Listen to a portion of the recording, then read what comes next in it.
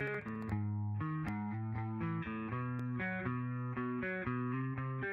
is. It's podcast day. We're excited. We're digging out there. What have we got? Ooh, yes. Dude, it's fucking podcast day. Takes you back to that time of when you remember what you were doing when you first listened to that album, or What is going on, champions? That's right. Yes. What up? Podcast day. Two dudes talk music. Yes, and stew. I've been stewing on this shit all day.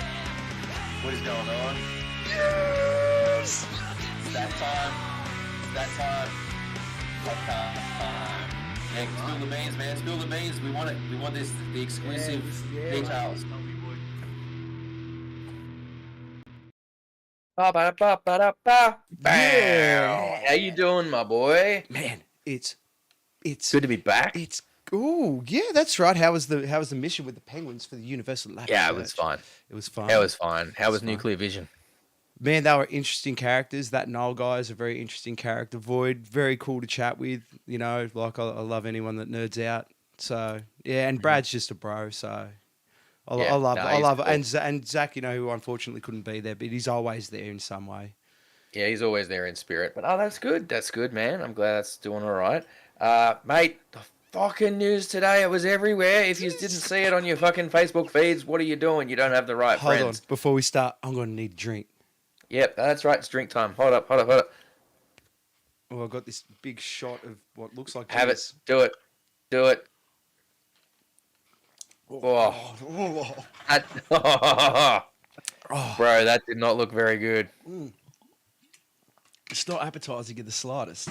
Speaking of Nuclear Vision, Oh, we have a very nice stubby caller, which you can get. Hit up the page. You can get it for $10. That is. But yes, oh my god, the news today. Fucking Mudvayne and Coal Chamber touring together in February in Australia. Bro. Holy shit. That, like I was saying before, man, that just tickles my millennial soul. I'm gonna lash out like I'm a teenager and then not move for the next week because I'm fucking nearly 40. I'm going. I'm absolutely scooping up a ticket to that one. That's gonna be good. Listen, Coal Chamber. Now, I was fortunate enough to see a version of Coal Chamber at Soundwave in the 2010s. I remember that one. That was I good. managed to catch that. That was good, but I have never had a chance to see Mudvayne before, so Same. I'm keen. Although the venue they're playing up here is only like 3,000 people, so I think it's going to be They're doing the Horden in Sydney. tight to get tickets. Yeah, so probably about the same size. Yeah. Okay. Yeah, I mean, I'm surprised. I really thought they'd play somewhere a bit bigger, if I'm being honest. But maybe they'd rather sell out a slightly smaller place than not sell out a bigger place. They'll book another set of shows here. It just means I'll have to do the rounds again. Well, we'll see. Oh, Let's just hope it's not another fucking 12, 13, 14 years, however many years it is. man. Yeah. And mate, look, it's going everywhere. It's good. It is. Well, it's, this is another example. Nu metal's back. The power is back, baby. Yeah, man. And speaking of nu metal, we have yet another guest from the Nu Metal Mayhem show. We are continuing this fucking trend. We are getting into it. Today's one is another guest that is playing the Brisbane show. And starting from next week, we will be on to the acts that are playing the whole tour. So that's exciting. We're really keen for that. But in the meantime, we are also extremely keen for our guests today. We have Aaron and Mikey from Void Matter. How you doing, boys? Hey, boys, how are we? Oh, mate, we're fantastic. We're Unfortunately, good we now. don't have a camera for Mikey tonight, so we just have this lovely picture of him. Technical Lovely issues, picture. I'm of so it. Very, that's all right. Look, these things happen. Mikey is our technical issue. That's all right. We work on the fly and we fix them. Yeah, no, we do what we can. We've come up with a patchwork solution. We had a similar issue with when we recorded that interview with Magdalene Rose when I was over in the States. We had a video issue, so we just slapped the pictures up there for that one. So we do what we can because we still want to bring you guys the content. Boys, how are we doing? It's Thursday night, Friday Junior. Tomorrow is Friday. It's almost the weekend. How are you feeling? You excited about this fucking show? Mate, we are so Very keen. pumped. Overall, we've had a little bit of a dry spell as of late. So, we've had massive year on personally for everyone within the band. So this show is going to be us coming back in swinging, and we are frothing it. We're very excited. I love to hear that. Love to hear that. So okay, we're just gonna focus on New Metal Mayhem for a minute, because I think it's what does it mean to you guys as musicians and as fans of Slipknot and Mushroomhead to have the opportunity to play a show like this one? It's I'll go first. It's definitely a super unique opportunity. It's when it first, I can't remember when it first came up, but when it first came up, it was just like, how often do we actually get an opportunity to play with such big hitters? And we're just like, well, we're straight away. Whatever it takes, we'll be there. And it's huge for us. Like all of us metalheads, we grew up listening to Slipknot, Mushroomhead, all the new metal classics, and to play a show like this is pretty huge for us. We're very excited. That's awesome. All them feels, man. I love that shit because it is. It's where it all began, realistically, for a lot of these bands, and where to some of us the bands are in their peak, especially for Mushroomhead with Waylon in the band, as far as I'm concerned. But Well, that's it. And I mean, these are guys that were there at, they were there in the shit in the birth of nu metal, right? Like, these are guys that were there through that. They're And the OGs. love it or hate it, nu metal was a cultural force at the time. And it was everywhere. It went fucking mainstream, which was crazy. Like, the idea of heavy metal going mainstream was just insane. Yeah. The fact, charting, top 40 charts, film clips on the fucking things at the weekend. yeah, man, Like, that was the just, clubs, you know, the remixes. it was- Some of it was those new metal unreal. remixes were some of the best going. We used to get the singles. Wow. And this is, and we've said it every time we've talked about this fucking show on the podcast over the last several weeks. It has been a case of, this is so special. A lineup like these guys coming and doing this. Waylon, hasn't played Mushroomhead stuff since he left the band in, 9 years ago. Yeah. Right? Like, he hasn't touched that stuff. Mm. Anders hasn't played the Mate Feed Kill Repeat stuff in fucking 20 plus years, 25 years almost. Like, that the fact that we are getting this in Australia blows my fucking mind, Yeah. and I could not be happier. And a big shout out to Chaosis and Joel and all that for making it Absolutely. all happen, because the thought would never have even crossed my mind to actually try and make something like this happen. And it's so cool that it is. Like, it's so left field. So awesome. I If can't- anyone can pull it off, though, it's definitely Joel.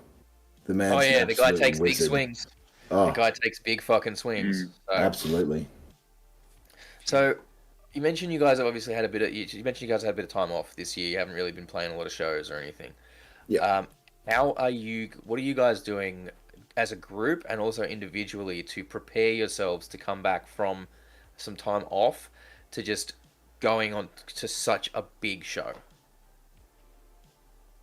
Aaron, since you moved the furthest away, I think you've got the most to answer for. As a group, so yeah, I've moved 5.5 hours north. Oh, So as a group, the practice and rehearsal train sort of stopped a little bit.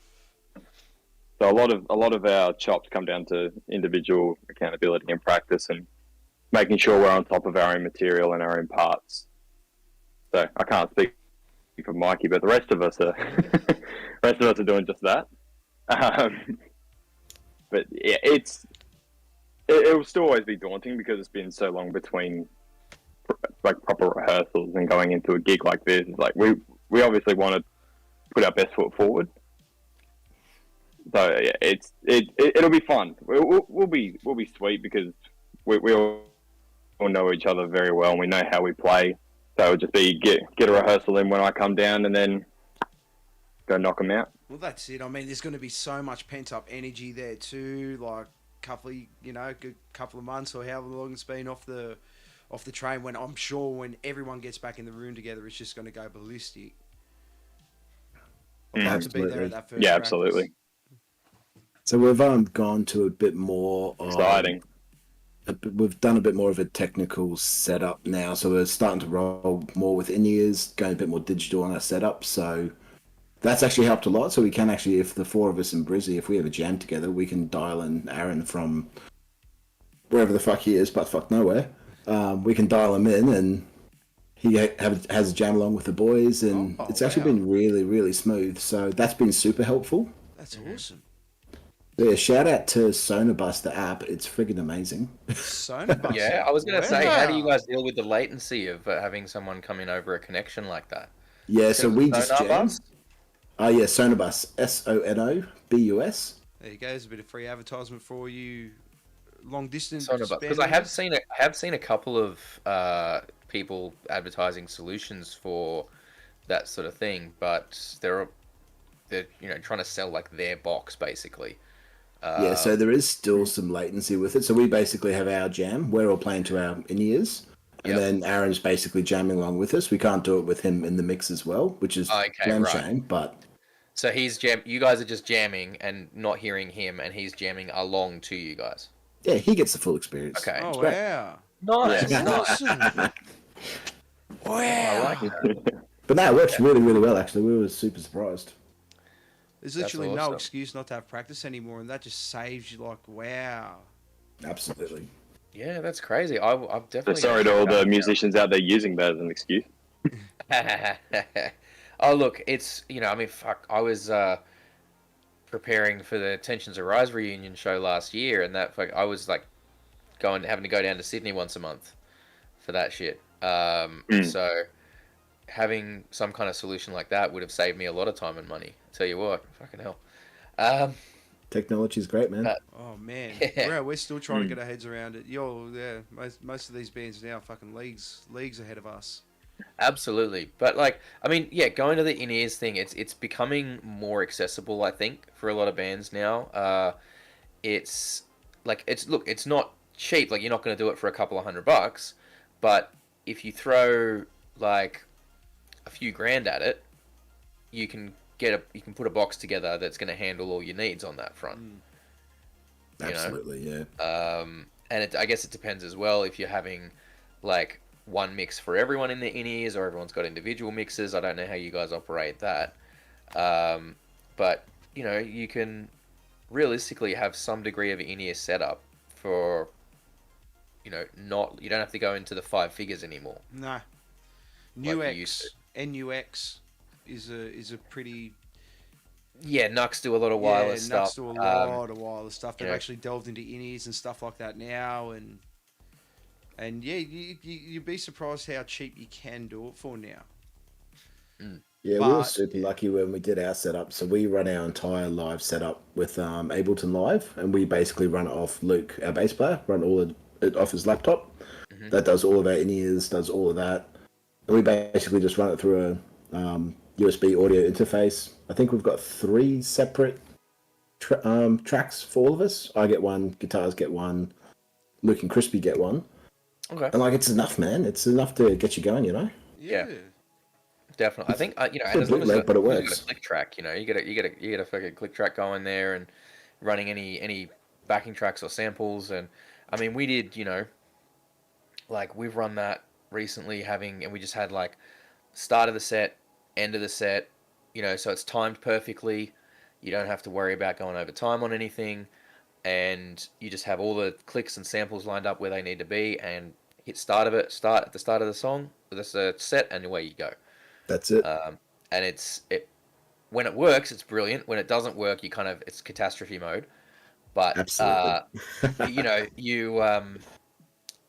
you improvise and you find a workaround. But really, I mean, there's no difference compared to like a fuse or a valve bursting on your amp, or like it's the same. It's the same. to a point, yes. It's but the same if result, but just different fucking problems. You lose an amp head, you can borrow an amp head in the moment. Your laptop goes, or your session file gets corrupted. So but I get what you mean. Like, there's ways to still make it work, and you can probably still run a lot of the songs with like a more stripped back thing without backups and stuff. But it's it definitely is. It helps to make it a lot smoother and tighter, I think. Definitely. And playing with a click, and that's the thing. Like, I've tried to get across to so many bands is like. So many bands, they're just like, oh, we like the feel, we like the groove of not playing to a click track. You know, we like to have the thing in there. I'm like, it's not as tight. It is not as tight. And the only realistically, if you want to go down that route, I always say just put a click track on your drummer. But tempo changes. Bump it up a couple of BPM just so you're playing a little bit faster for your live show, and just give your drummer the click track and let them run the show for you for the night. It helps. It does. Even if your drummer's on a click track, it works. Realistically, they're the only ones that need to be. Like, they're the most pivotal person that needs to be on a click track. Who does the drummer have to listen to? No one. Yeah.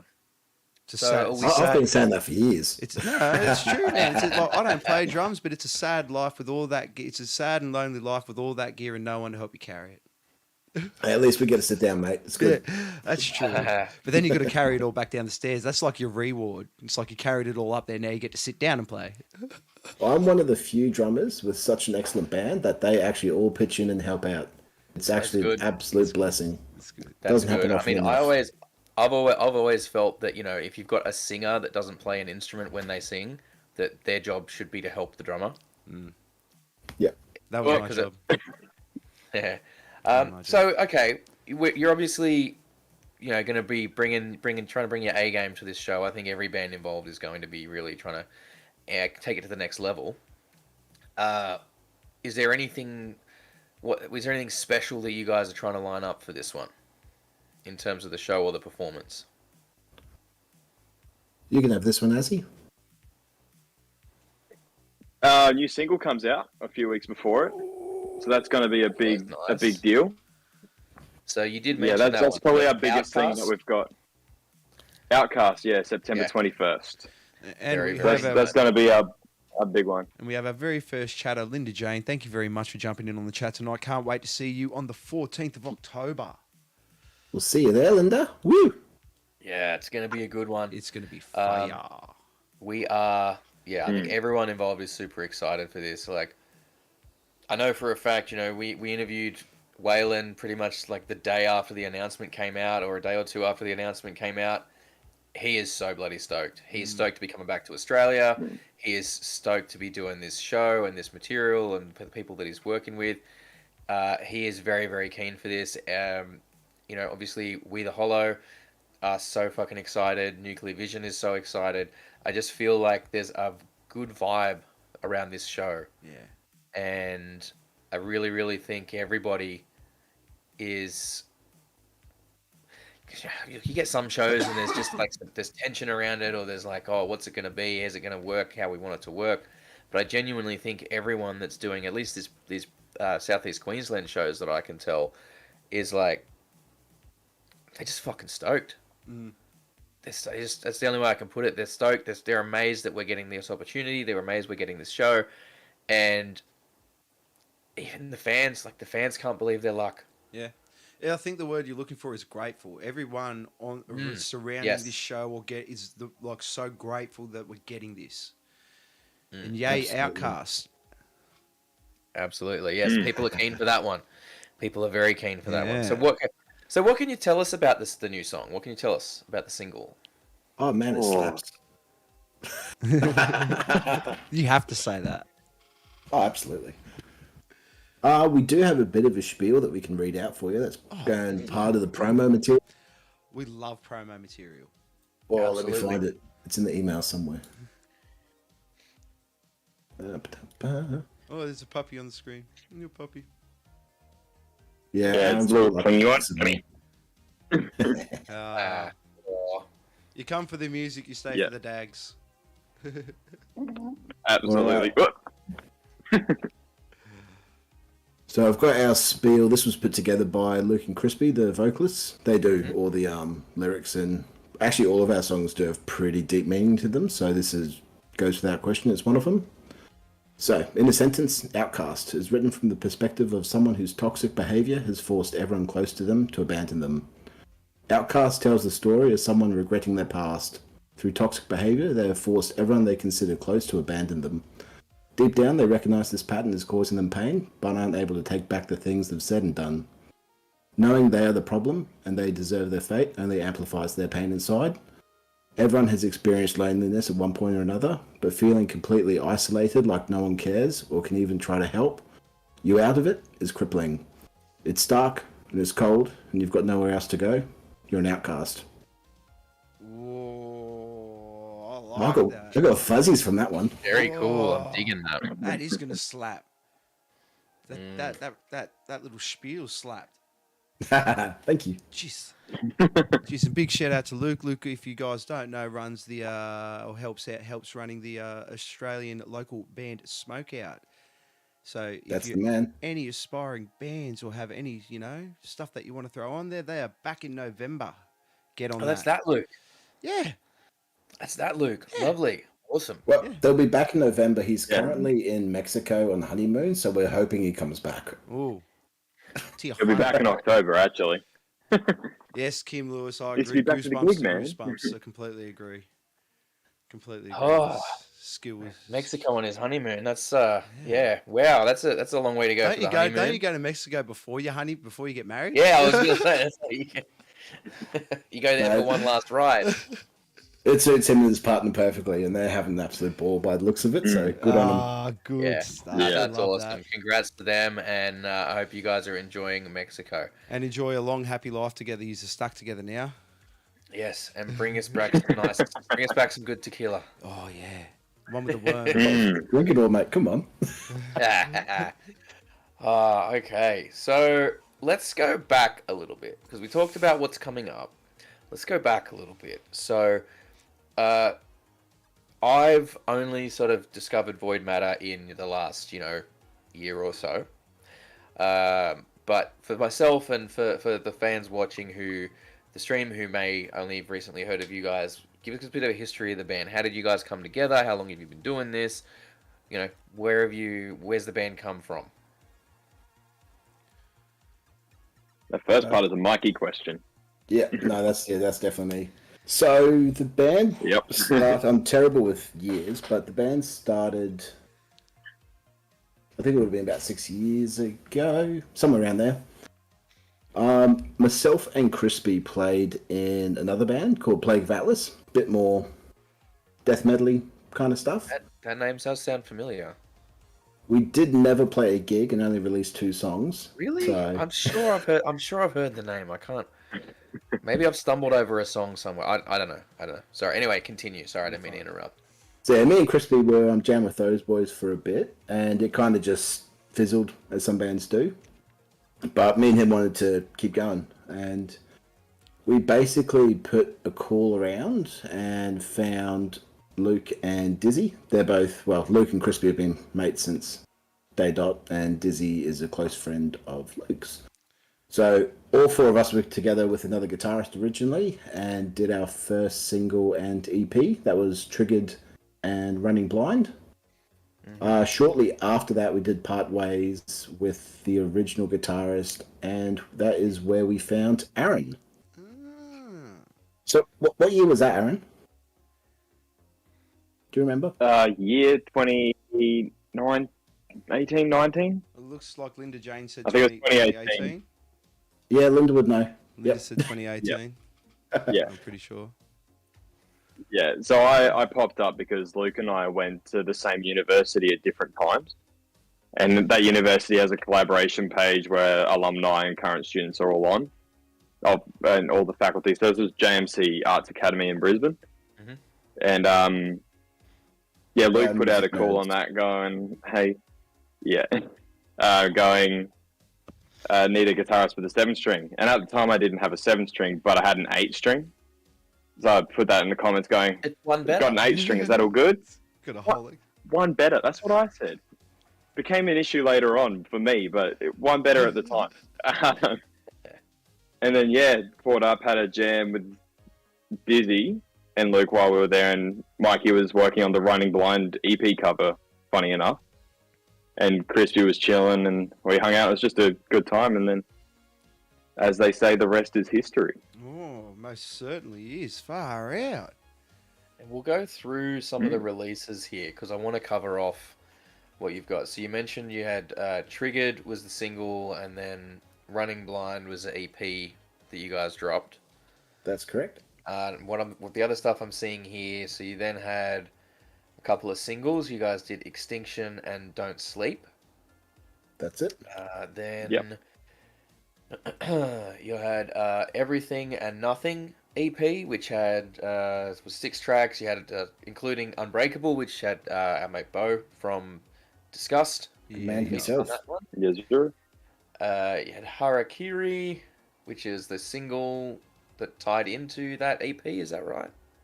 Yeah, I think we did it as a single post-release because we used to have a really cool intro for that, so we wanted to release that as part of it. So, Okay. Cool. And then 2022, you had the single Wildfire. Is there anything that's missed off of that list? I will soon be adding Outcast. Yep. Yeah, another Yeah. one. But no, I think that's everything. I've got to say Awesome. that Running Yeah, I think you Blind, hit the nail on the head there. that Running Blind EP artwork looks a bit like a murder mystery novel. In Thank you. comparison to the rest of them, all sort of run a theme. Yeah. Yeah, so we were Yeah. doing. I did the first two myself, and you can tell my Photoshop skills aren't quite there. And then we actually did decide to go quite themed after that. So we found an artist, and he helped us out with those ones. That pretty much took us up to Wildfire, I think, that artist.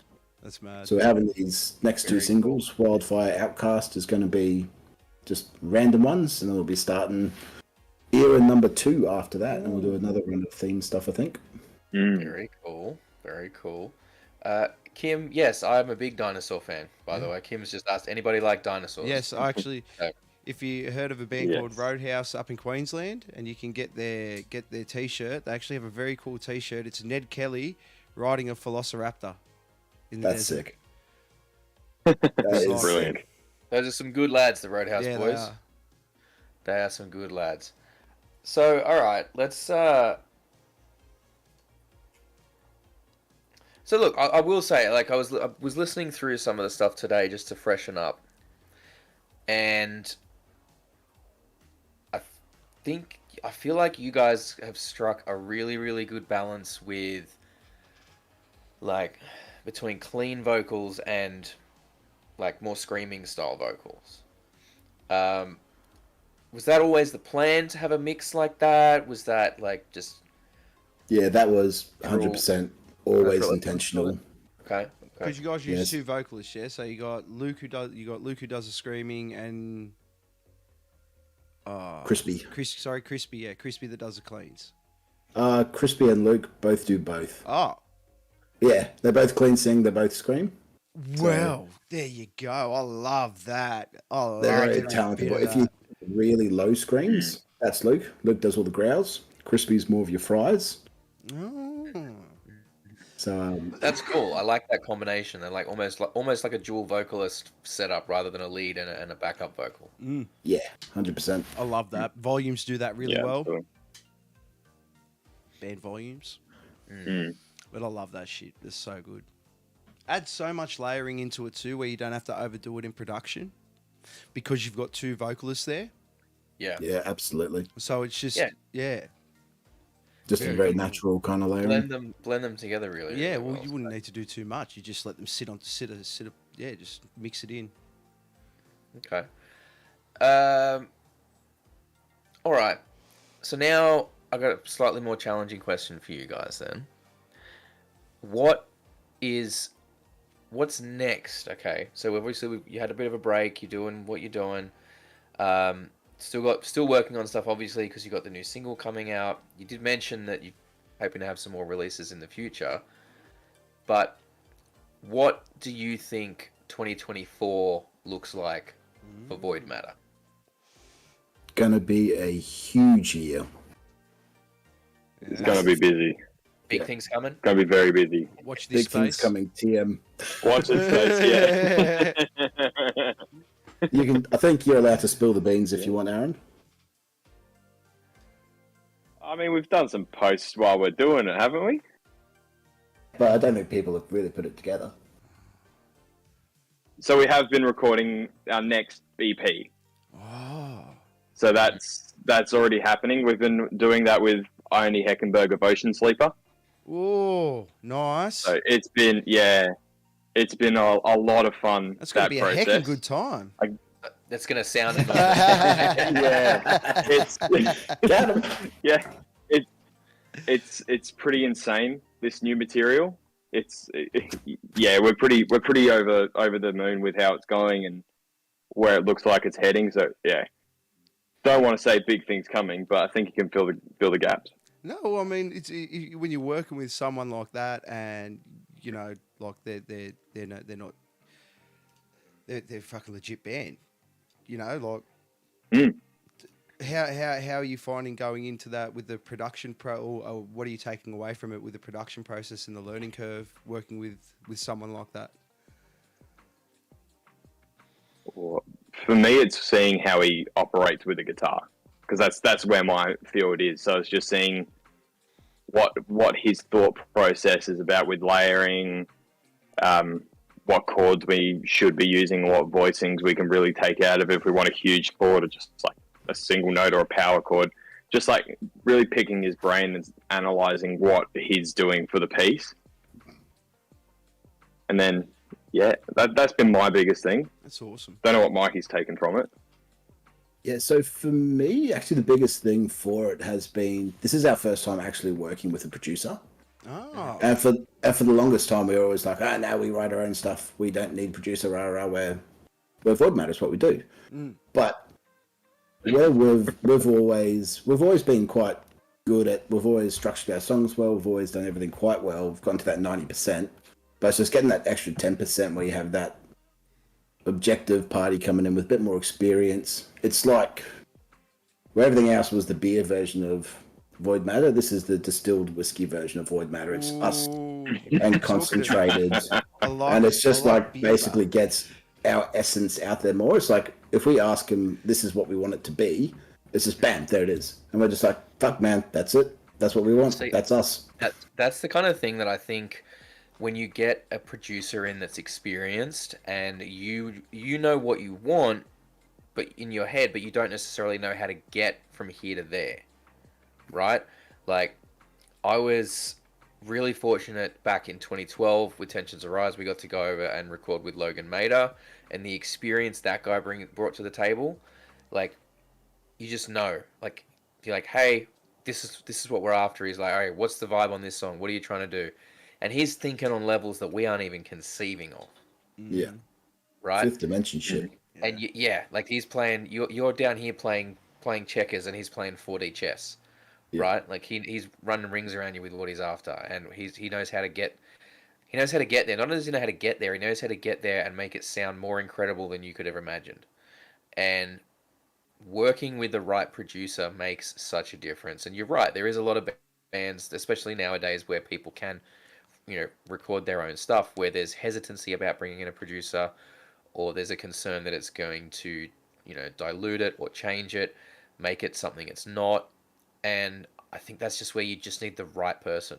You should shop. You need to talk to people, shop around, talk to a few different people and go, hey, this is what we're after, because I've got the studio there, and I've spoken to a couple of different people about stuff, and sometimes you talk to them about what they want and what you can do for them, and it's like, oh, well, we're not quite on the same page with it. It's not quite the best fit, so that's fine. You don't have to go with the first producer that comes along. But it really sounds like you guys have found a good fit. Is someone that's when you think you'll work with again in future? Absolutely. As long as 100%. That's awesome. Yeah. I mean, the big thing people need to understand about producers and stuff like that, and I get the angst about it. The big thing is that you work on your music. That's it.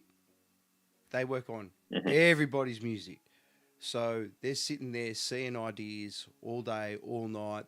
They're thinking about it all day, all night, and they're working with 50 different bands. And then when you come along, they probably found an idea from another band and they said, this could work really well in your song. should never knock back good ideas because you don't want to Yeah. turn into a fucking nostalgia piece. Mm. I mean, nostalgia's always good. Yeah. Hey, look, we're going to this. We're going to the bloody Mudvayne show. This nostalgia as fuck. I think one of the best examples I can give that makes a difference in terms of production is, or having the right producer rather, is Lamb of God, right? Like you look at their first couple of releases, and they were very hesitant to have a producer in. They had a guy there like turn the knobs, do the mixing. Well, they had an engineer there and stuff, but they never really had a producer in. Once they got a producer in and that they let have input, Huge. you get Sacrament Yeah, and then you get blessed and with like Wrath. and Sacrament and Wrath, Oh. and like you tell me those aren't two of the best fucking albums of that period. Like I'm sorry, but They're in my, you know, they're in my top 10 metal list. those are albums that were, if I'm not going to say groundbreaking, but they defined, they redefined what that band was. Yeah. And Yeah. in the best way possible, and that's what I mean. Like, yeah, it takes something that's already good, even really good, and pushes it into great. Yeah. It's like milk. So that's it. Don't be afraid. Then you add chocolate powder to it, and then you have chocolate milk. And there's chocolate milk. Or you take a cider and you add, you add like a crushed raspberry vibe to it, Yeah. Mix it with about a pound of sugar. Put some yeast and you in have it. and you have a cider that is fucking really strong. It's For 8%, weird isn't it? reason. It's like 8%. 8%. It's like 2.4 standard drinks in Yeah, a it's can. rocket fuel. It's a hard That's cider. not okay. Jesus. That is okay. Yeah, no. Okay, well, I went to the Maniacs axe throwing place, right? And they're like, okay, you can only have 3 alcoholic drinks at most in your session, because they don't want people getting wasted when they're swinging axes around the place, right?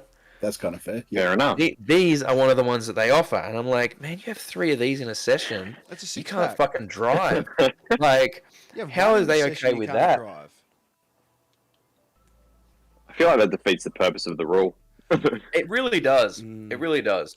You could have 3 of these. You can have only 3, but it's really equivalent to like 7. So I'm only gonna have 3 of these. No. Yeah. I'm already tingly. All right, let's go to our first segment Yeah, let's do it. for the night. Let's Let's throw to that. We've got a short Yes. cutaway when Kyle finds it, Yep, we've got the when he's ready. that one. That you had you Quick could question you do, quarter. you could do so you Yeah. All right, ladies and gentlemen, it is time for the quick question quarter. That is spelled with Q's, not K's, because we don't roll like that. Basically, this whole point of this section is we ask our guests a bunch of rapid fire questions to get to know them a little better, get to understand their musical history, what makes them tick, where they come from, and how they think about music. So without further ado, let's get into it. Gentlemen, what was the first instrument you ever learned to play? Guitar. Percussion in primary school. I was a triangle boy. Love it, love it. So have you always stayed with percussion? Kind of never Yeah, really man. gone I can't outside read that? music, eh? Mate, I'll let you in on a fucking secret. Most guitarists can't read music either. Can't read tabs either. You don't need to. What your fingers don't need to fing. You just need to make sure you got those opposable thumbs, man, so you can grab onto those sticks. All right. What was the first album that you purchased? Oh, Not the Wiggles. Actually, mine was Believe by Disturbed. Oh, nice. That's a good one. That's a good That's a one. good I one. think I got Sempiternal on vinyl. Wow. That was the first legit album I bought, I reckon. Okay. Yeah. Cool. So, okay, let me ask you there, Mikey. You got Believe. Had you heard previously? Had you heard the stuff from The Sickness prior to that, or was it like the first stuff you heard from Disturbed was the stuff from the Believe album? I had heard Sickness stuff previously. Obviously, Down with the Sickness. a few other bits and pieces in there, but yeah, Believe was the first one that I just played on Very repeat nice. for a very long time. Yeah, dude, I'm the same, man. I had like a fucking the special edition one with like the fake leather cover and the symbol wasn't just like printed on the front. It was like a 3-dimensional fucking thing stuck on the front of it. Oh, awesome. That was pretty cool. And it came with a bonus like live DVD or some shit. Awesome. I loved it so much. Even got it tattooed on the back of my leg. It's my first tattoo. Wow. Very, very cool. One thing I always loved about Disturbed, and it killed me, it kind of killed me when everybody jumped on the, or I shouldn't say jumped on the bandwagon. No, fuck it. You jumped on the bandwagon with that bloody Hello Silence song. The Sound of Silence. Sound of Silence song. Whatever. Yeah. You Cover. jumped on the. Yeah. For all, man, they used No, to they do were pretty popular before then, dude. Exactly, but they used to do covers of songs at the end of each one of their albums. And they were sick. Yeah. And can I just say, the cover of Shout is one of the best things I've ever heard in my life. Like, I love their covers. I love their covers. Great cover. Yeah. Great cover. What was your first live concert that you attended? Mine was a Parkway Drive. Old Chisel. Oh, they're two solid as fuck ones. Fucking Chisel. Nice. Yeah, it goes Cold Chisel at the Clipsal 500 as well. Oh, Oh, very nice. I like that. I can smell the spilt VB and the flannelettes and Oh, love it. Yeah, it was something else. that would have been an experience for sure. And you said Parkway Drive, 15 yeah? as well. Yeah, mine was a Parkway one. It was still one of the, when they were doing the school, like the high school halls. Oh One of those wow! ones. So that was actually up at the sunny coast. It was like one of their last school hall ones. Oh, that was a sick wow. show. Hell yeah. That would have been something else. Very sick. Very sick. Nice, nice. I like that. Oh, those are some good answers. I don't think we've had Cold Chisel before, No, we have haven't. we? We haven't. We've had Barnes. I think we've had Barnes, but not Chisel. There you go. Yeah.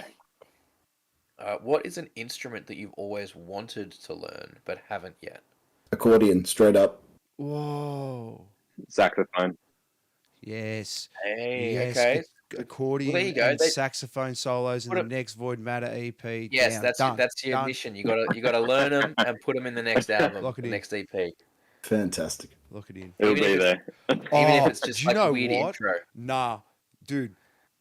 Just you don't even have to learn how to play it. Can you just start a song?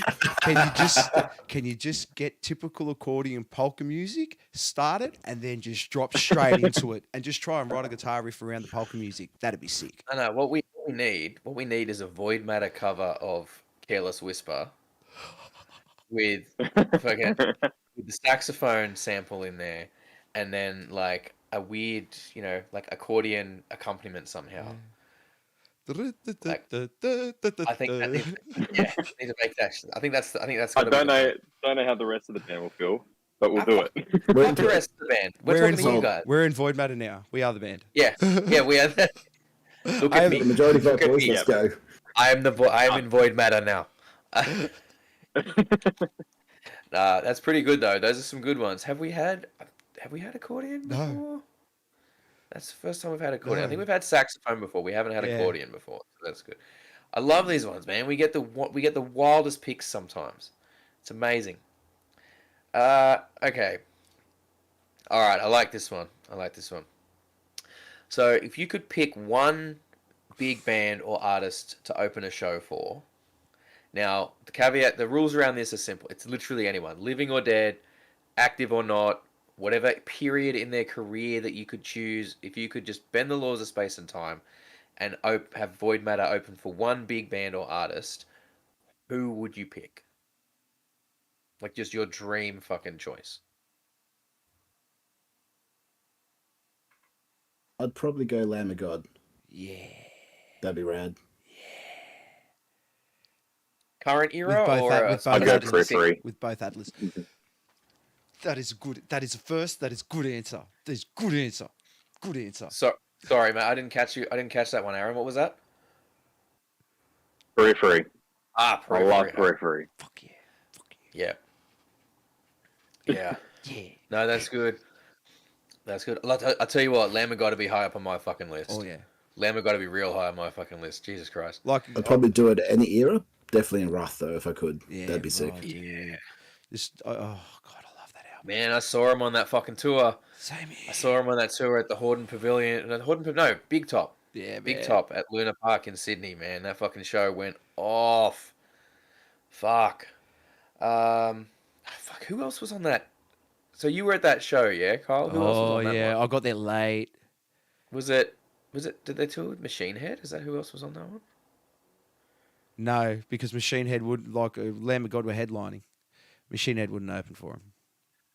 Maybe So they who did. else was on it then? Arch Enemy. No, I don't. That would have been sick though. That Was must it? have been a different tour. That must have been a different tour because I'm Nah. sure I saw them play the Big Top with Machine Head. Maybe. And Maybe it was Hatebreed. Machine Head. Maybe it was Machine Head and Hatebreed. Actually, I think Anyway. it might have been. And Amur. Amur was on that show as well. It was like Amur, Hatebreed, Lamb of God, and Machine Head. I What a just fucking lineup, by the way. I just remember they opened up with oh god, I can't even remember the song now, but I remember the opening track if I hear it, and It was the opening one from the album, Yeah. I think. Yep. Kicked in with that.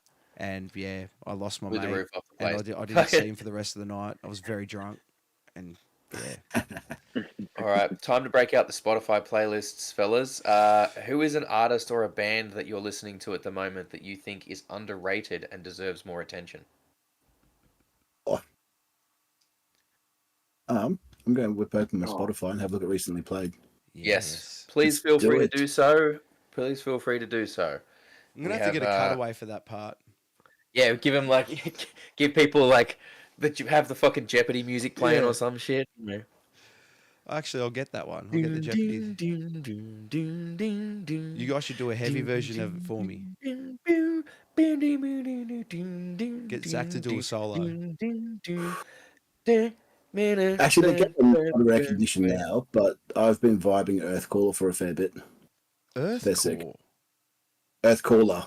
Earthcaller. Oh. Yeah. All right, all Okay. right. Let's have a look here. Okay. I'm looking at these album covers. I'm liking what I see. Excuse me. Very, very cool. That shit looks like it goes pretty hard. Oh, Oh yeah, so down. I've only They say don't judge a book by its cover. Then why do they give it such cool covers? Stop with the lies.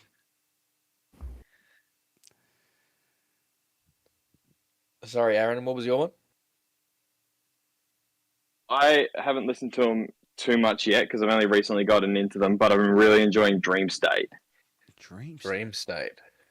This is how we find Yeah. new bands to listen to in our Yeah. spare time. Love this. That's a deep cut. Yeah, there's the song Primrose is, oh, it just hits the spot.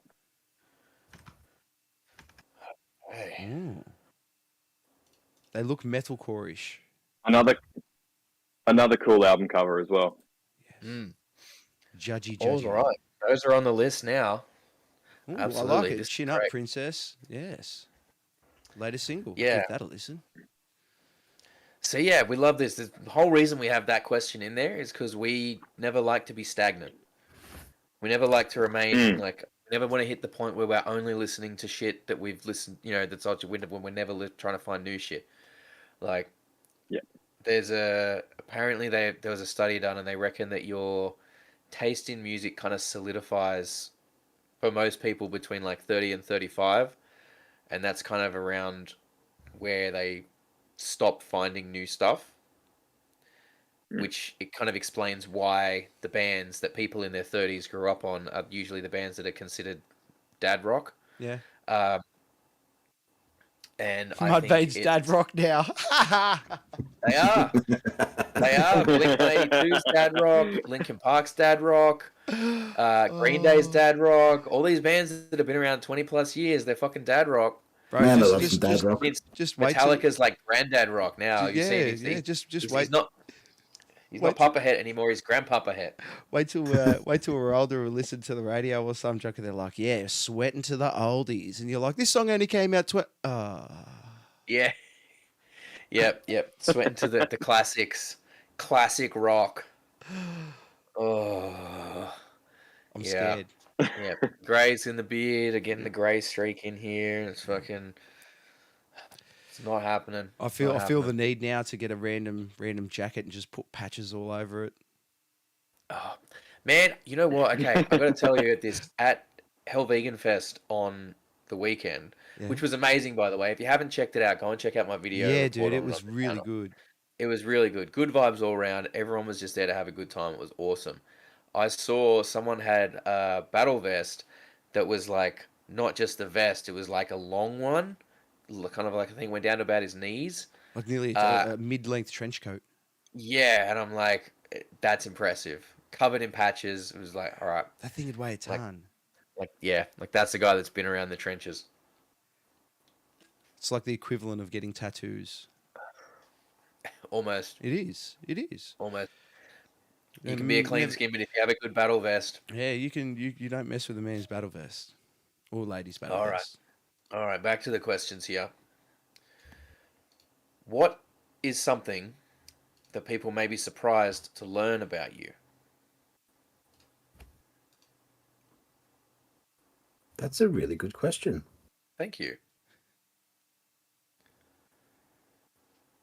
I totally stole it from a YouTuber that I watch that does interviews. By the way, it's like no, all credit goes to that to Chris Van Vliet. If you ever watch interviews and anything, if you like watching interviews, Chris Van Vliet's a fucking top-notch interviewer. But yeah, I'd like to pinch some questions from him because the dude knows what he's fucking talking about. Anyway, I'm gonna regret this, but I want another shot. and Do do it, do it, do it, do it, Look, do man, it. look, I'll do show it. you how. Okay, you ever see what happens to metho when you mix it with water? It goes like white. You're meant to mix this stuff with a bit of water, right? My only issue is when You you can do just it. say they're gin shots, brother. It's okay. Look, it starts clear. It does start clear, but then you go like this. You just put a little splash in, and it goes jism. And you're just like, yeah. Oh, that's jizz. Oh, Oh, that'll take paint off walls.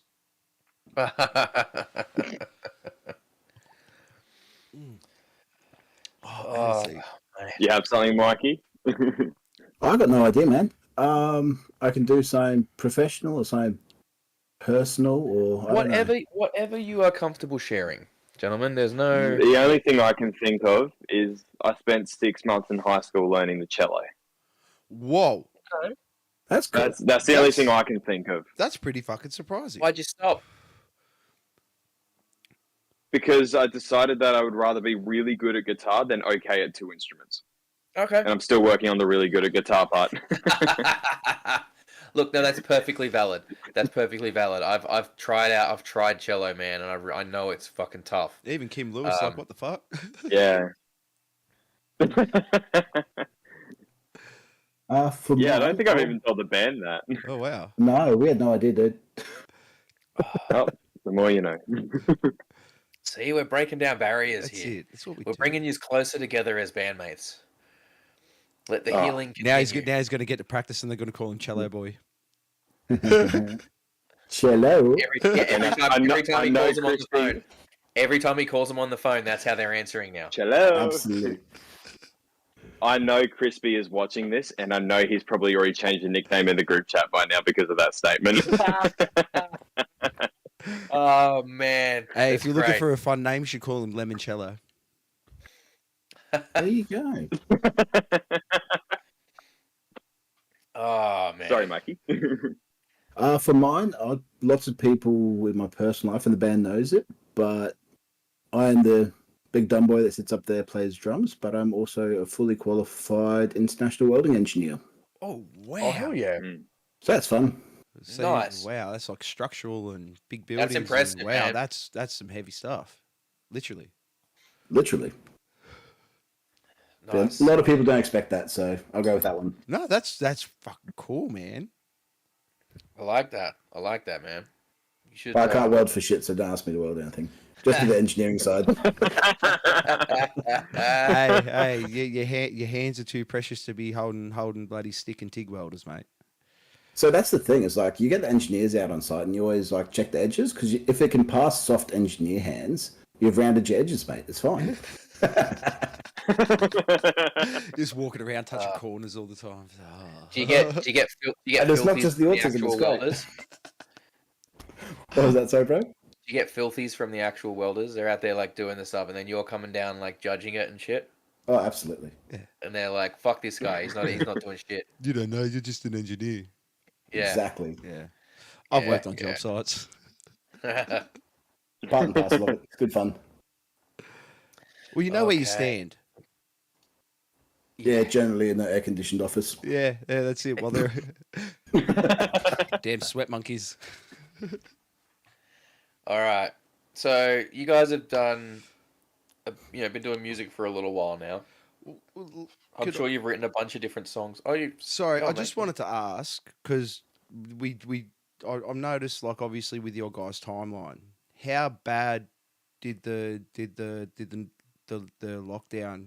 Obviously, it affected you, but how did you find it sort of going in, and then because you guys started in 2019, so it would have been like, well, the first lot of stuff sort of went up at 2019, and then 2020, and would have Yeah, so it did slow things down a little bit for us, like getting going. We did do a few gigs during. So luckily in Brisbane, we were still able to do gigs through the majority of it, but there were some really weird gigs where it'd be like places where you'd usually have 300, got a cap of 50, and everyone's sitting down. So there were some strange gigs like that, but yeah, probably the biggest thing that did affect us was just if we wanted to do interstate travel, we were trying to get down and do Sydney gigs and that kind of stuff. So we just had to try and vibe around, just do local stuff. And in the meantime, during all the COVID, we just took the time and wrote the EP. So it's pretty beneficial. And at least you kept busy. That's the main thing. yeah, that's it. Okay. Yeah. Always yeah. gotta I mean, ask. it was a very weird time. Like I Because saw a few different bands post videos doing those shows where people sat down, and it was it must have been difficult trying to play in that environment and not having the same energy from the crowd. It was very unusual. Very unusual. That was the biggest thing. It's just like there was no well, it wasn't no crowd response because they did what they could with what they had, but they weren't up at the front of the stage with us headbanging against the thing, being worried about them having a concussion because they're so close to a fold back kind of thing. It was different. That's for sure. oh, Linda Jane, I met Void Matter during COVID, and those gigs were brilliant. There you go. Bit of Yeah. feedback. That's good. Oh. That's awesome, Linda. Linda's no J. OJ? OG. We love Linda. OJ. Yeah, Linda Linda's- is orange juice, according to Mikey. Yeah, the original. Lin- the Linda original shares juice. posts from our page. She shares lots of posts from our page. We love you, Linda. You're We amazing. appreciate it. We very, very much appreciate it. So, next question. Like I said, now you've been around for a little bit. You've done music for a little while. I'm sure you were writing a ton of songs in your bedroom as teenagers. What's the cringiest band name or song name or lyric that you've ever written or been involved with?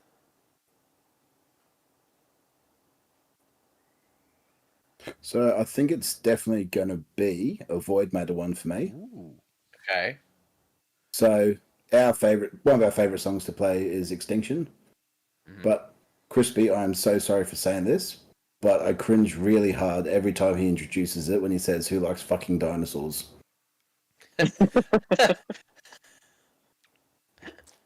Like, I love it. I love the cringe, but it gets me every time. Okay, so that's the reference then from earlier from That's it. from Kim. Okay. To be fair, that intro did evolve from Who Wants to Mix Frog DNA with Embryos because Luke was a Jurassic Park fan. So Quite literally evolved into a dinosaur. Literally. it got to the end result. Wow. This is a punny episode. Yeah. It's Okay, what we do I best. think he needs to switch. I think he needs to switch that wording around though. I think it needs to be who fucking likes dinosaurs, Yeah, because that other one's I've like, been asking them for years, man. oh, Like, Yeah. Crispy, nobody wants to or even can have sex with a dinosaur. like, yeah. I'm sure he'll try though. We love dinosaurs. Like, let me tell you, when I How was is in the US, T-Rex I gonna went to reach some around? museum. Tiny, tiny little arms. Yeah, no reach arounds from the T-Rex. Oh wow, that is not a sentence I ever thought I would say in my fucking life. Jesus. That wasn't on my bingo card. No, I'm like I'm a massive dinosaur nerd, so like yeah, I go ape shit for that stuff. Like let me tell you, when I was in the US earlier this year, I went to a couple of museums, and like Cincinnati Museum had uh dinosaur shit and space shit and Lego, a Fuck big yeah. Lego exhibit. I was set. I was like Oh, 10-year-old me is fucking perfect. is in heaven right now. This is the best. Mm. All right. Cool. And okay, let's close it out on a slightly more wholesome one here. If you could give your younger self one piece of music related advice from when you're just starting out, what would it be? Practice your Muppet. Yeah, practice more. I was gonna say that too. Get in your half hour a day. Make it a habit. It is the Yeah. best I think advice you can give to anyone. I really do, and you know, I just think that's a thing of. I think it's less of a thing now. I really do. I genuinely do. I think kids that are doing music nowadays, I feel like they put in so much more time and effort than a lot of us did at the same age. Because we kind of thought, oh yeah, we'll go in, we'll pick up a guitar, we'll practice for like a couple of months, and then stuff will start to happen, right? Yeah. Whereas nowadays, with the access to all the resources that people have got, like if we wanted to learn, if we wanted to learn a song when we were starting out, like we had to either we had to buy the tab book or try and figure it out by ear. Or risk Right. going on the internet and getting. Whereas now you can just fucking go on the internet and find it. Now you can get tutorial videos for any song. There's a dozen tutorial videos up there at your fucking fingertips. Falling short, you You can know, get the actual tutorial or if you video wanna- off the musician. Yeah, or if you want to learn a technique, if you want to learn a certain guitar technique, right? Like, if your parents weren't paying for lessons, a lot of these techniques you kind of couldn't really learn because you didn't have anyone to show you how to do them. Whereas again, there's resources online now and you can find a dozen videos on it in like 5 seconds. To be fair, you still got to put in the hours though. Oh yeah, You do. You absolutely do. 100%. Like the resources there, but you got to Yes, put in the hours. you do. You 100% do. But I think it's a case of, we maybe wanted to learn certain things, certain techniques or certain songs or certain aspects of the instrument that we maybe didn't have access to, which is disheartening and doesn't drive, it kind of saps your desire to practice for a lot of people. Which I think the fact that those resources are available now it's like, yeah, okay, I'm not having a lot of fun playing the guitar in this way. I want to learn how to play it in this other way or this other style, this other technique so that I can start doing that. Bam, I can go and learn it straight away, and that and understanding the music business as well. I think there's just way more resources for kids these days. And I hate saying that because it makes me feel old and it points out how old I am. But it's true, and like I've said it before, that I genuinely think that the 18, 19, 20-year-olds, 21-year-olds that are coming into the music scene now, the rock and the metal scene, are going to fucking revive. They're gonna make it shoot to the fucking stars again. Oh yeah. The way it was, the way it used to be many years ago. But I'm sure every generation of heavy music listeners, been concerned about what's going to happen in the next generation of music, and everyone's been proved wrong, man. We're still here. We're still going strong. We're bigger and badder than ever. The community, like now with the internet now, it's just turned it more globally. People can connect around the world at any time they want. You can hear the news all the time. Everyone knows what's going on. And I really think as well, like something that I I like talking about is the nu metal era was an explosion of variety. You know, people were going, hey, metal works with this genre, or it works with this genre, or in this genre, you know, and we're getting that again. Mm. People are out here doing metal mixed with all kinds of different shit now that even back in, 20 years ago in the height of new metal, no one would have ever thought to try. And I'm all for it. I love it Mm. because it just shows the versatility that's available there. And I think it just means that there's more metal available for more people than there ever has been. Oh yeah. And, gets me excited because I like finding new shit. I like finding stuff that's pushing the boundaries and doing something different. Which is, that's one of the reasons we ask people who they're listening to. Because, like, you don't know if you don't ask, and you don't know what's out there that you don't know about. So, And you I always really, want that most left field thing. yeah, give me that Something new, left something field shit. fresh. Give me that bloody wood. Like mixing Yeah. job in traditional instruments with heavy metal. Give me that fucking shit that's so down tuned it's barely even can be considered music. Give me that shit that's like fucking what's her name? Scene Queen doing that like bimbo core stuff, She won an right? award. Like fucking, I love it. I love it. And the more it pisses off the elitists, the better. Yeah. That's all I'm saying. Absolutely. Mm-hmm. And to be Yep. fair, like to all those metal conformists out there, we're going to be so non-conformist that we're not going to conform to your ideas of metal. Oh, very non. Yeah. All right. Mm. Let's move on to the next segment. It's Let's like move baby on. metal Kyle's fucking got the rules. yes. Kyle, if you have the cutaway I ready, let's do. hit it. Let's do it. Come on, if you want to fight, come on then. Get in the bin. Are you enjoying the weather there, mate? What? Are you enjoying the weather there? Right. Alrighty. So, if you've never seen the show before, this segment is called Get in the Bin. And it's pretty much what it sounds like. We talk to our very esteemed guests. We've learned a little bit about what they like about the music business, what's there. Now we get to find out what they don't like about the music business. So basically, this is where we ask if you could suddenly become all powerful like Thanos with the fucking thing and could snap your fingers and just erase stuff from the music business, what would it be and why? We'll grab two from each of you. I don't care who wants to go first, so if you want to go one and then go back and forth, or if you want to do your two and then go to the other fella, however you want to do it. But what would you take from the music industry and just fucking throw it away? We'll go one each, Aaron. You go first. I'm still thinking. I'll go first then. All right. For what we were just talking about before, gatekeeping and the whole metal elitist scene, it's just, it's not cool, man. It's takes people away from the scene, discourages the scene. Mm-hmm. It's just absolute cringe, man. It's got no place. No. That'd be my number one thing to take out would be just the whole gatekeeping and elitism. Yep, 100%. 100%. I can't Because stand I fucking it. love me some novelty metal. Yes, I love it. The wackier, the better. Give me the weird shit.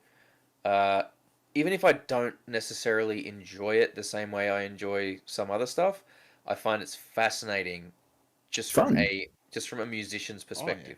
12-foot ninja. Just That's all I got to to say. analyze it a little bit. Like the fact, 12-foot ninja weaving in like these, but like 12-foot ninja are doing just a natural extension of what Faith No More did Mm-hmm.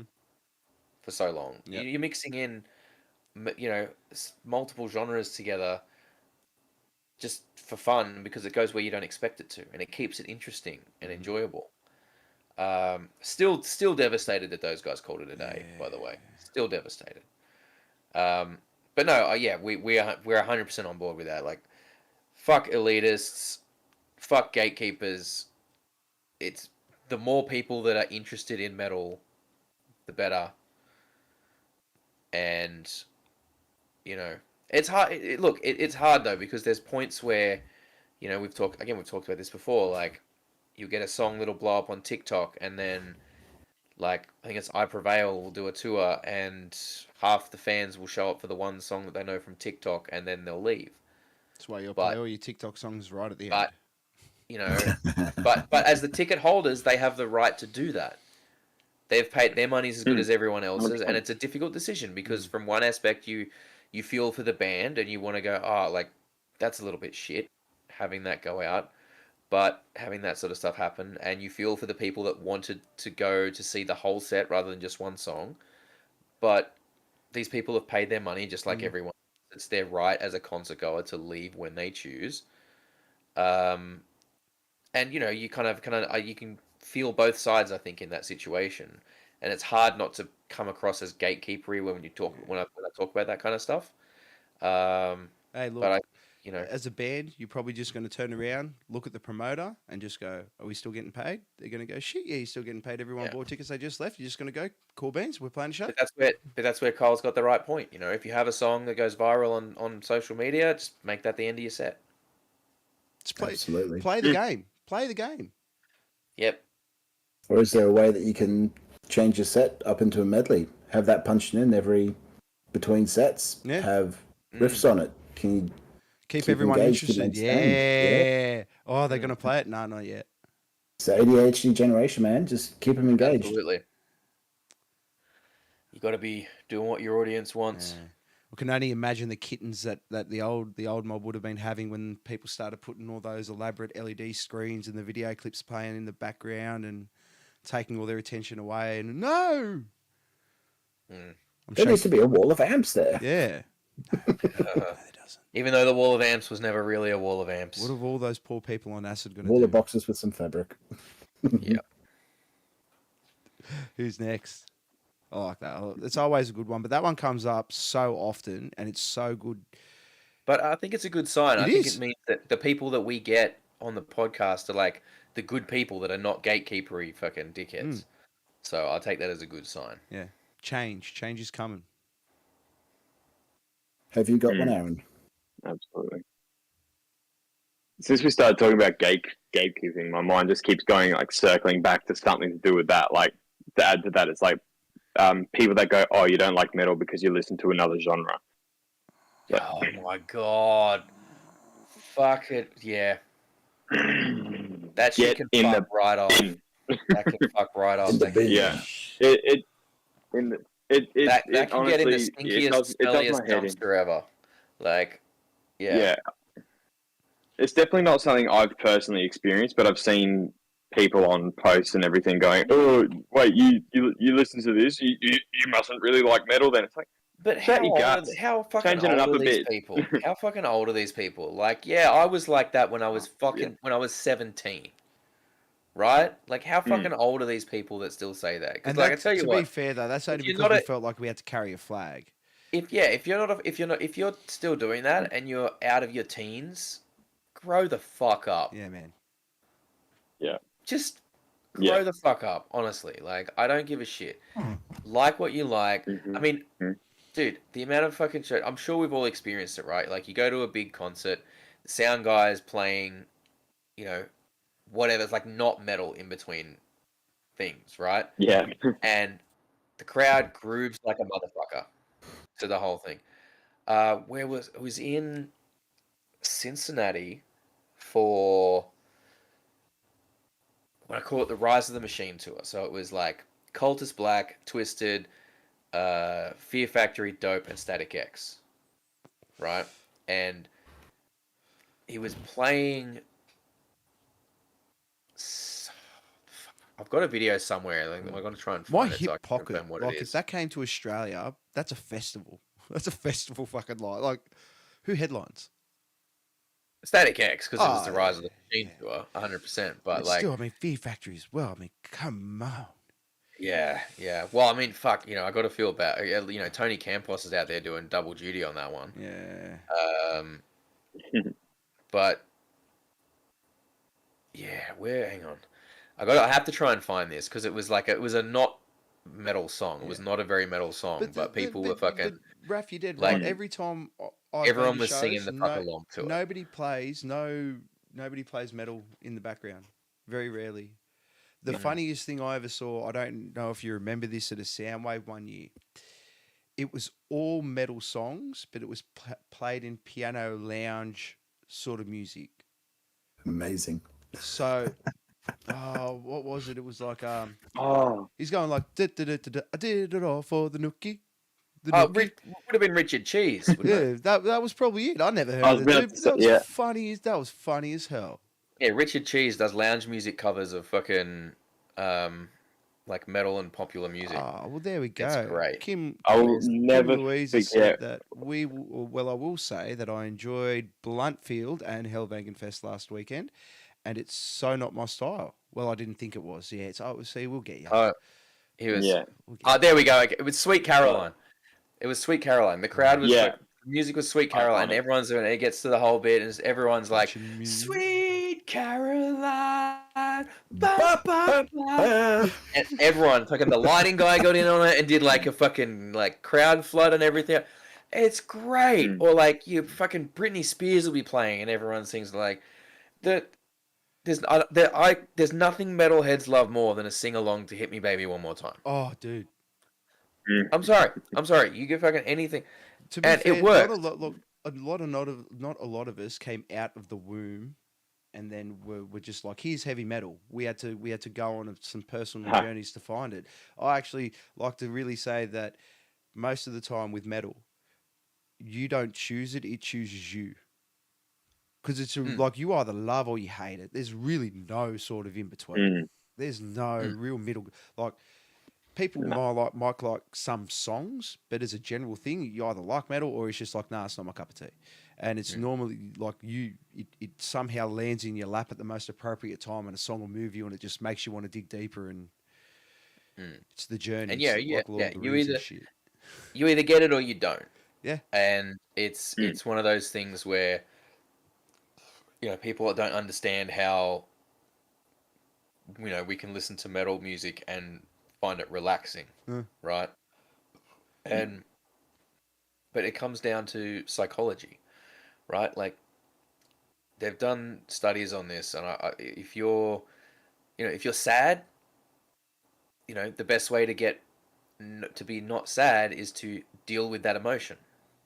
You deal with your feelings, deal with your emotions. So one way people do that is they listen to sad music, so they get to feel the feeling Mm.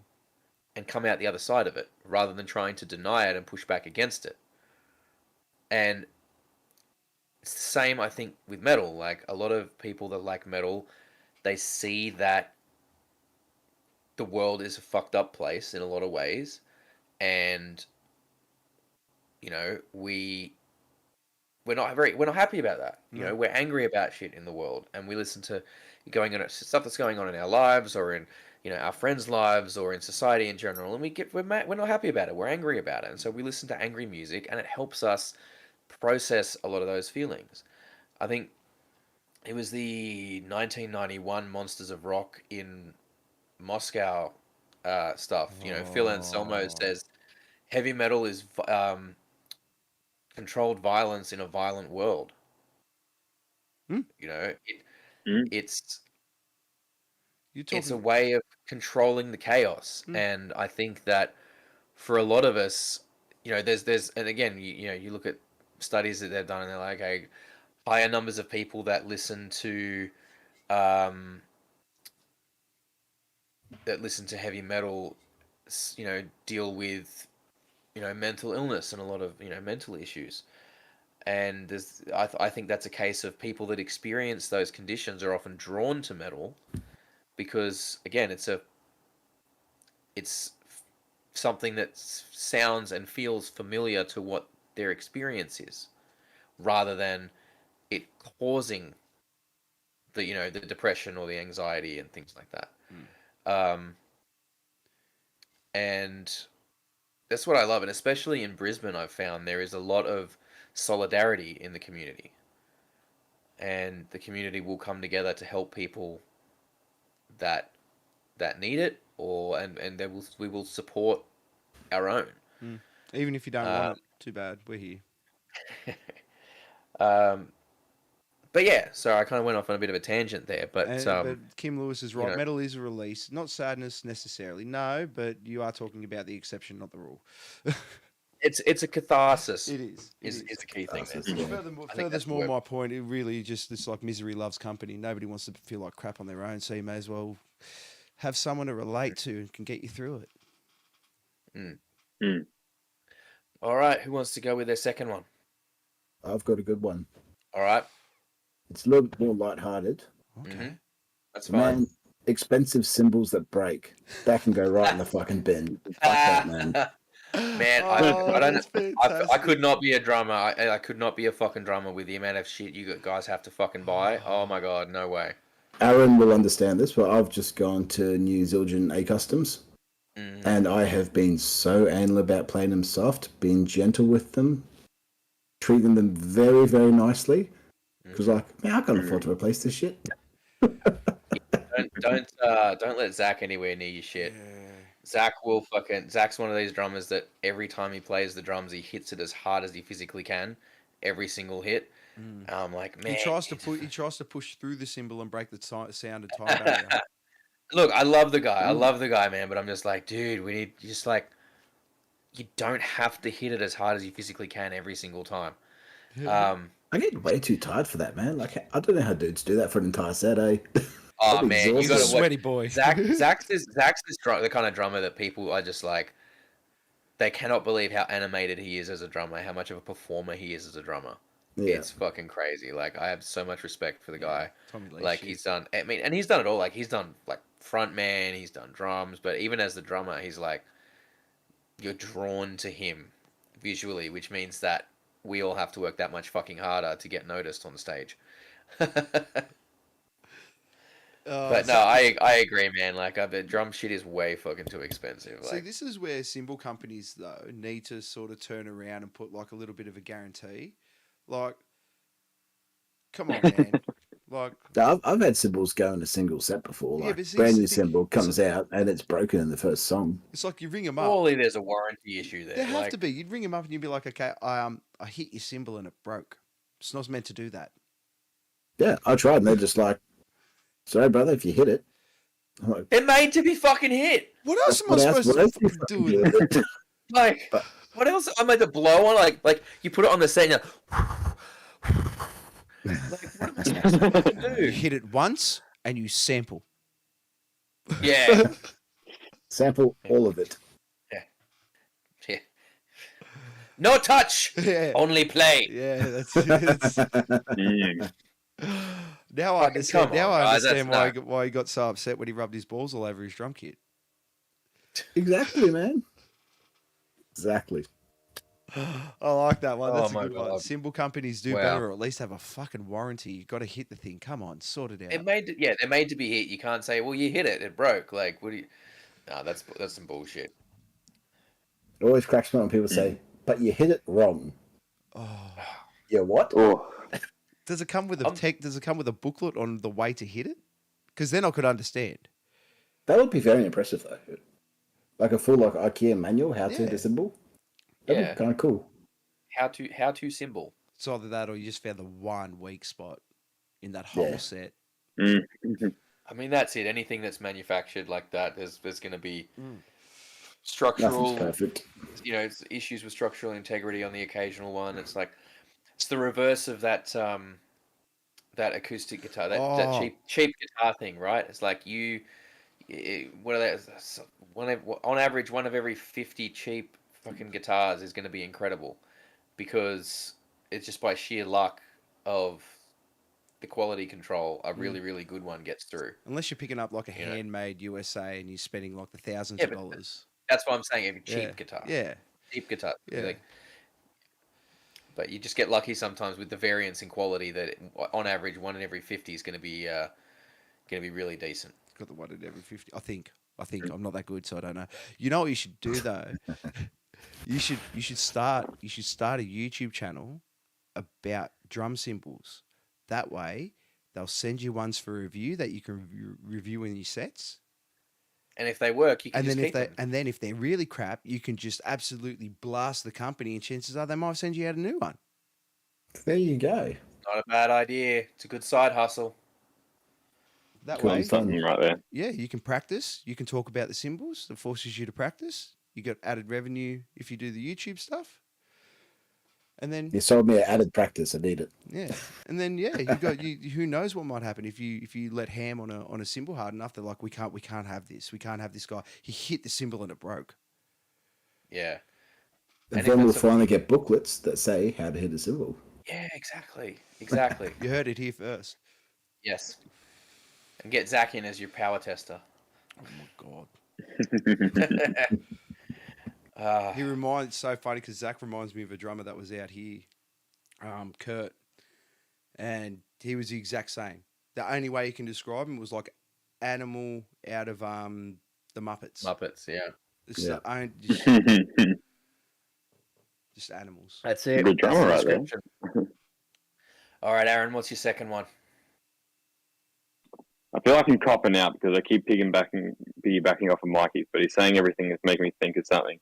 And this is not directed at Mikey because he is an excellent drummer, but your expensive gear does not make you a good musician. Oh, Golf clap. Golf clap. Golf clap. 1,000%. 1,000%. It's the amount of times, and it hasn't happened recently. Actually, since I've even been in Void Matter, it hasn't happened. But the amount of times I've seen someone go, "I've got a Gibson." It's like, yeah, but you're still playing Seven Nation Army on it. Yeah. Man, I've been there. I've fucking seen it. Like, I played a bunch of shows in New South Wales when I still lived down there. Guy would insist on bringing it because he was like an old school 80s metal dude, and he insisted on bringing a double stack guitar amp to every fucking show. So he had like the double cabs stacked up with the thing on top, and he was having to like reach up like this to turn the fucking knobs. Or like this fucking bass player who, if people know, they know, and I'm not gonna name him and put him on blast that way, but people will know him. And like the guy was like, he took fucking shots at me when our bands first played together because I had Ashton amp, right? And he's like, oh, anyone who plays Ashton can't consider themselves a real musician. I was like, mate, I was playing Ashton, and I don't, I don't think it. Oh, I didn't mean you, bro. I'm like, well, I was the only one playing Ashton at the gig last night, and now you're saying this. So, who's it directed at then? And this idea that, and I'm like, people like Cliff Burton and Geezer Butler when they were starting out, they built their own amps, which is why they had such unique sounds. Are you going to say that they're not talented? But this was a guy who bought super expensive gear, played super loud, and had zero sense of rhythm, and he was meant to be a bass player. Like, no fucking sense of anything. One of the worst bass players I've seen in my life, and maybe he got better. I don't know. I haven't seen him play in a very, very long time. Maybe he pulled his head in and got better. Shop. But like, I've experienced it. I've experienced it firsthand. These people that want to come in and they think that because they've got the most expensive gear, it somehow makes them a good player. Yep. Buying the $1,200 opposite. guitar that Periphery use, you should spend $400 and then spend that extra $800 on finding some really good lessons. Yeah. It's something most people don't realize. Sorry, go on, mate. No, you go on. I was just going to say something that a lot of people don't realize is that expensive equipment, you have to be a good musician to play because that amplifies your idiosyncrasies and how you play. So if you're hitting a note on your guitar wrong, your Squire may have forgiven that, but your Jackson is not going to allow that to go anywhere unnoticed. Yeah, exactly. They never realize that. Like I've been playing bass for fucking God 20 years now, and only just in the last sort of few years have I really put together my collection of like dream basses. Like I'm talking the American-made Fenders, the fucking Ernie Ball Music Man Stingray. Like only in the last few years have I pulled together that stuff. And I mean, yeah, okay, sure. If I'd had the money earlier, I possibly would have done it earlier. But I really feel like not having those until more recently has allowed me to appreciate them more as well. Because if you just go out there and your first guitar is like worth $2,000, you don't know the difference. You really don't know the difference. You don't know what that money's buying you. You don't understand what the value is there, and you're not going to get a lot out of it. Whereas if you've been playing $500, $400 or $500 basses or guitars your whole fucking life for like 10, 15 years, and then you come into possession of a high quality instrument, you feel the difference. You know what you're getting. You understand what you're getting. Oh, you know it as soon as you grab the neck. And as Kim says, it picks up your more precision instruments and high quality instruments will pick up your imperfections in your playing a lot more. And it's important to have as much of those ironed out as possible, I think, before you move up to that high end stuff. And realistically, I think it's a lot less about it's a lot. Yes, there is difference in buying a cheap instrument versus an expensive one, but if you know what you're doing, you can make a cheap one sound like an expensive one to a point. Absolutely. And learning to do that adds value to you as a player and a performer, I think. The way a lot of people are going 100%. to think of it too is that you can find cheap guitars that have really solid structures, but the internals and the electrics might not be that top notch. Guitars and stuff like that, they're essentially chassis. So, like, look, this thing here, this thing here, it's American Driftwood. The thing weighs a ton. It is the most solid guitar I've ever picked up in my life. It was $200, brand new. You know what I mean? Like, I don't know, Dick. Like, but you do a bit of work on that. That's gonna do you. That's gonna do you. Like, you could set that up for life. Yeah. And if you know what you're doing. And the best players can make any instrument sound incredible. Oh yeah. So it's not the guitar, it's you. learn to play really well, because the instrument's not going to make you play well. I think I liken it to the producer thing we were talking about earlier.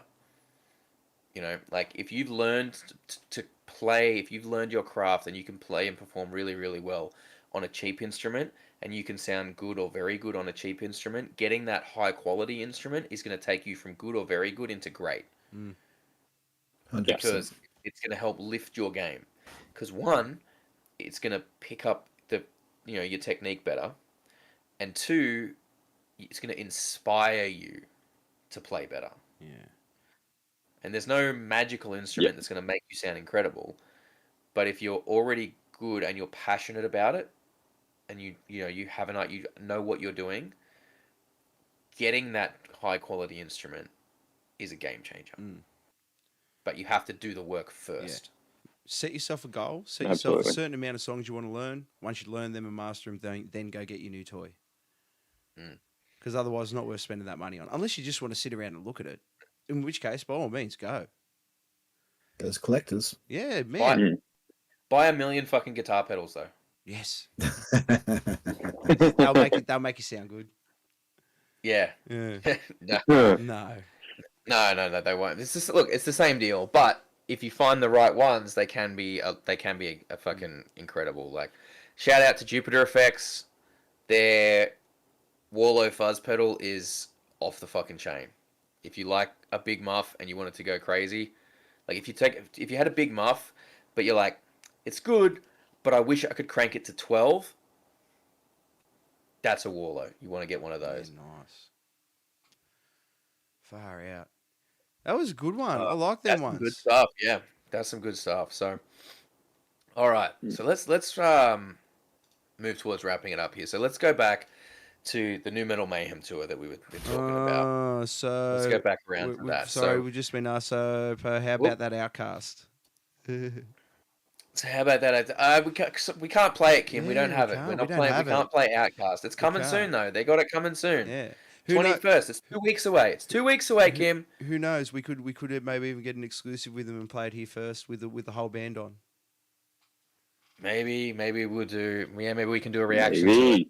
Yeah. Maybe we'll do a reaction to it. We'll get something happening for that, I'm sure. We'll do something. Yes, but let's look at this lineup here. So again, there's New Metal Mayhem tour now. For the whole tour, you've got Waylon from Mushroom Head, who's going to be performing Mushroom Head material. His era only. He's not going to be doing stuff from before or after his time with the band, but that's a lot of time to cover. So we're keen for that. And he's going to also be doing some stuff from his current band, A Killer's Confession. And if you Who haven't go checked off, them by the out, way. dude, their new Yeah. album, whoa, Yeah. whoa. Go and check out A Killer's Confession Yeah, if dude. you haven't already. If Because you're they are a fan impressive. of like your sort of Stained and stuff like that, it will really hit you in a really sweet spot. I pinky promise. And of course, Anders Kolsevny, the OG Slipknot vocalist, who we are really hoping to get on soon on the podcast. We're working on it. I promise we're working on it. Logistics are proving a nightmare. Yes, the logistics are proving a bit challenging, but we are trying to make that happen. And our goal, if we can get him on, is to learn the real origin story of Slipknot. So that's what we're hoping for. And while Brad's looking yeah. at that, I just want to put something out to the chat. We are trying to do a special Aussie box, like an Aussie care package for them to take home or have while they're over here. We've got like this typical, like your Vegemite, your Milo, you know, your Tim Tams, stuff like that. We want, you know, your mustics or whatever, and want some real far out there ones. Yeah, so if you've got suggestions for Aussie snacks, treats, whatever, that we can put in this care package for the boys. 420. 4 and 20 pie. Don't know how that's going to travel. Yeah, I don't know. We might have to. That might have to be after the show. Yeah. Yeah, we don't want to risk that. See, But I want to take them to go Treat get a them, kebab treat them after while the they're show. here. that's dangerous, man. No, That's after- You definitely need some heavy armors, though. Absolutely. Yeah, keep in mind they don't have rest days between shows, dude. They're Oh, like yeah, bang, bang, no, bang, bang, bang. can't- They yeah, can't afford no. to have. You get one dodgy kebab, it fucks Yeah. up the rest of the tour. Like, Yeah, just Yeah. stick with the pub snitties. but yeah, and of Yeah. course Anders is going to be performing the original Slipknot album, Mate, Feed, Kill, Repeat, in full. So if you're a fan of some of those versions of the songs, or some of those songs that never got releases in later Slipknot albums, that's going to be a real fucking treat. I think this is the first time anywhere in the world that Anders has performed this stuff. The only time it's going to happen. So if you haven't got your tickets yet, go and get your fucking tickets for your nearest show. They're running low on some of them. I saw Toowoomba's only got something like 30 tickets left. Ooh. So if you're out there and you want to go to the Toowoomba one, get your tickets while they fucking And last. to all you Sydney people, hurry up, get your hustle on, man. Come on, 11th of October. I'm going to be there. I'm dragging me dad along. It's going to be so much fun. Come along, bring your dad. Brisbane's putting you to shame, Sydney. Yeah. Brisbane's outdoing you, Sydney. What are you doing? You And I got to don't step wanna- your game up. Again. I don't want to hear this. Again. I don't want to hear this whole thing of it's a Wednesday night. Half of you motherfuckers work from home. Get out there.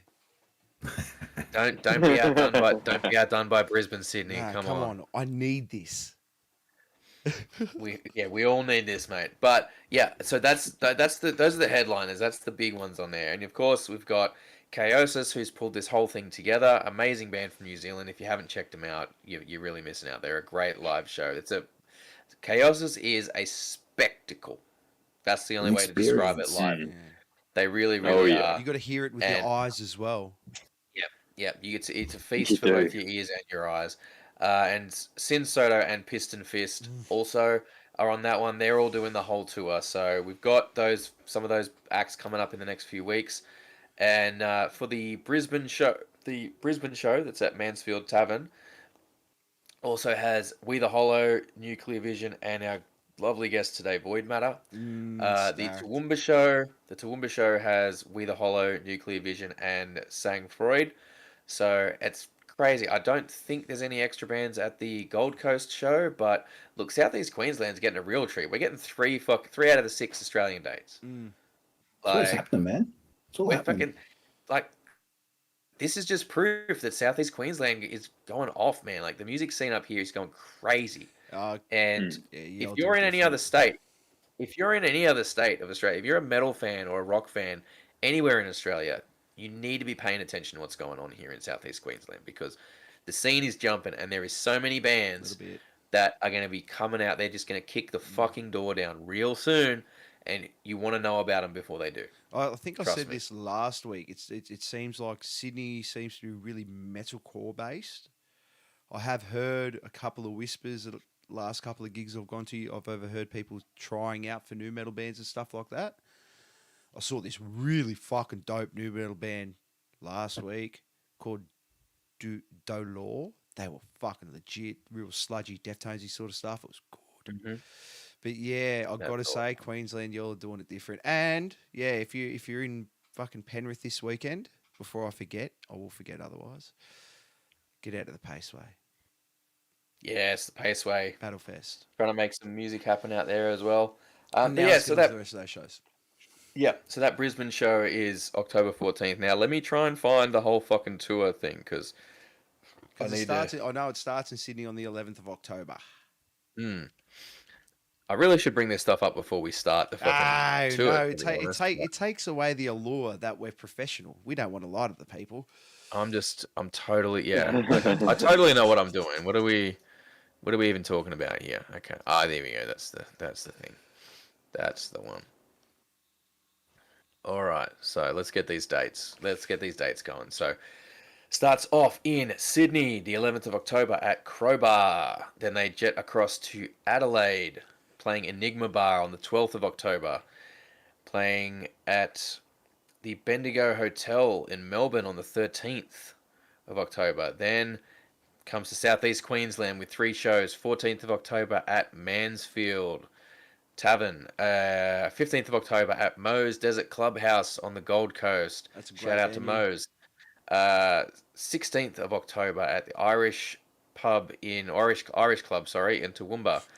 After that, they get a day off. 1 day off.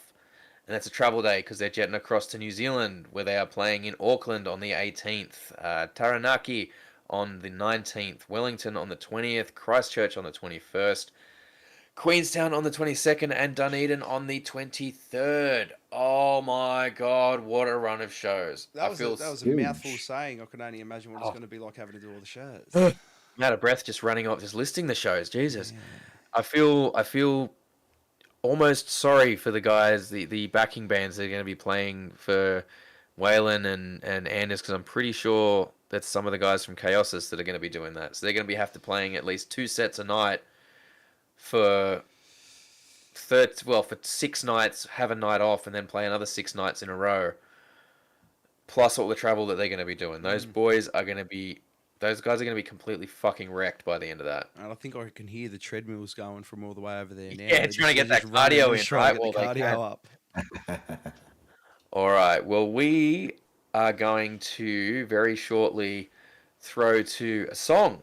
We are. From Void Matter. What song did we end up lining up? It is... Hold on, you're just going to disappear real quick. Numbered Days, is that the Numbered one? Days, yep, that's the one. Right, so we're going to be throwing to that film clip very shortly. You very fine gentlemen don't go nowhere when we do that because we are going to be having a quick debrief. Chat, if you've got any last minute questions, now's the time to get them in. Aaron, Mikey, have you got any last minute stuff you want to say to the people? Any last minute stuff you want to plug? Make sure you pre-save Outcast, coming out September 21st. Pre-save Outcast coming out September 21st. Do it. That does it. If you don't, your nan will be disappointed in you. Yes. Oh, don't disappoint Nan. Don't disappoint your nan. I do with my don't disappoint Nan. She'll give you that look, and she'll just be like, "Can we should have known better." A video clip for this new single? Absolutely. Just the good Love music coming. It's sticky. It's fantastic. It's actually very colourful. Yeah. It's going to be really cool. Oh, mad. It is, yeah. Oh, I'm excited. I love hearing like when you get those little tidbits. I believe it's coming out a week or 2 weeks after. Do we have the date, Aaron? No, we don't. So this is news to me as well. Go on, say it. No, we do have a date that's coming out. Neither of us can remember it, so it's going to be a surprise for everyone. Yeah. Cool. So it's going to be coming out within a few weeks of the single, hopefully. We reckon, right? More than likely, yeah. Very good.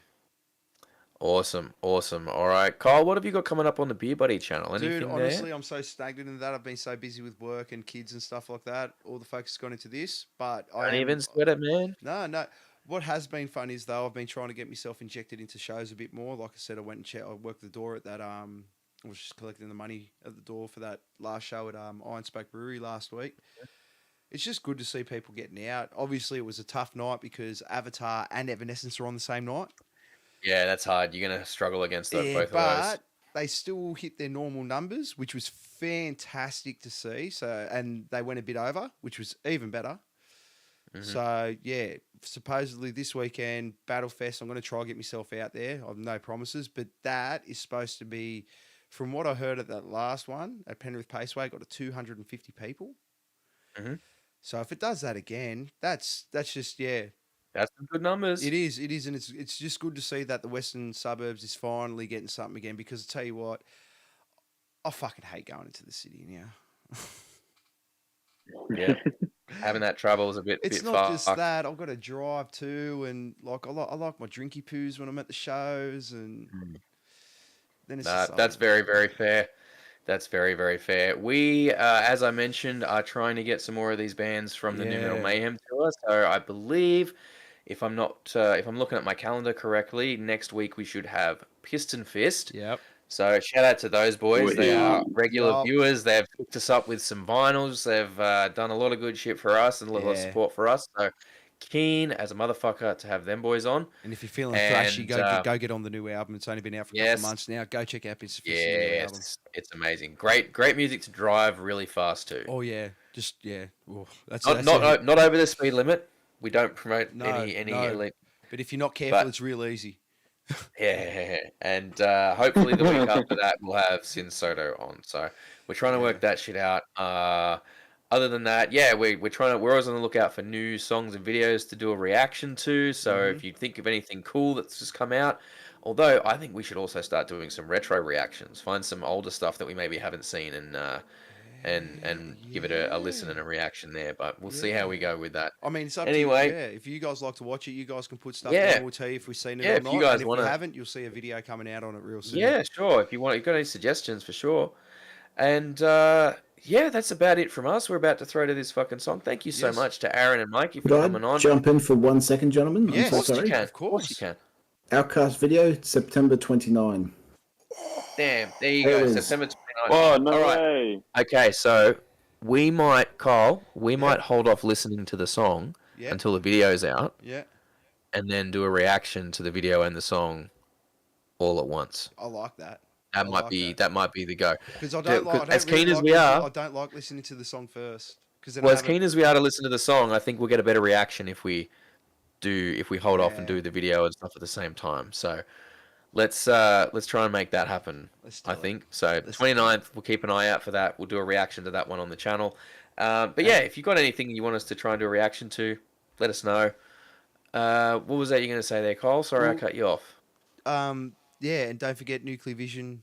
Obviously, have their new stuff coming out soon. Keep an eye out on all that. And Yes, yeah. yes, the single is out.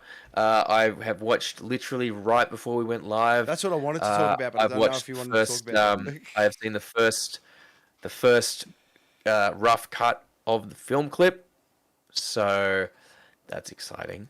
But that's not what we're here to talk about. So No. we are going to throw to Numbered Days.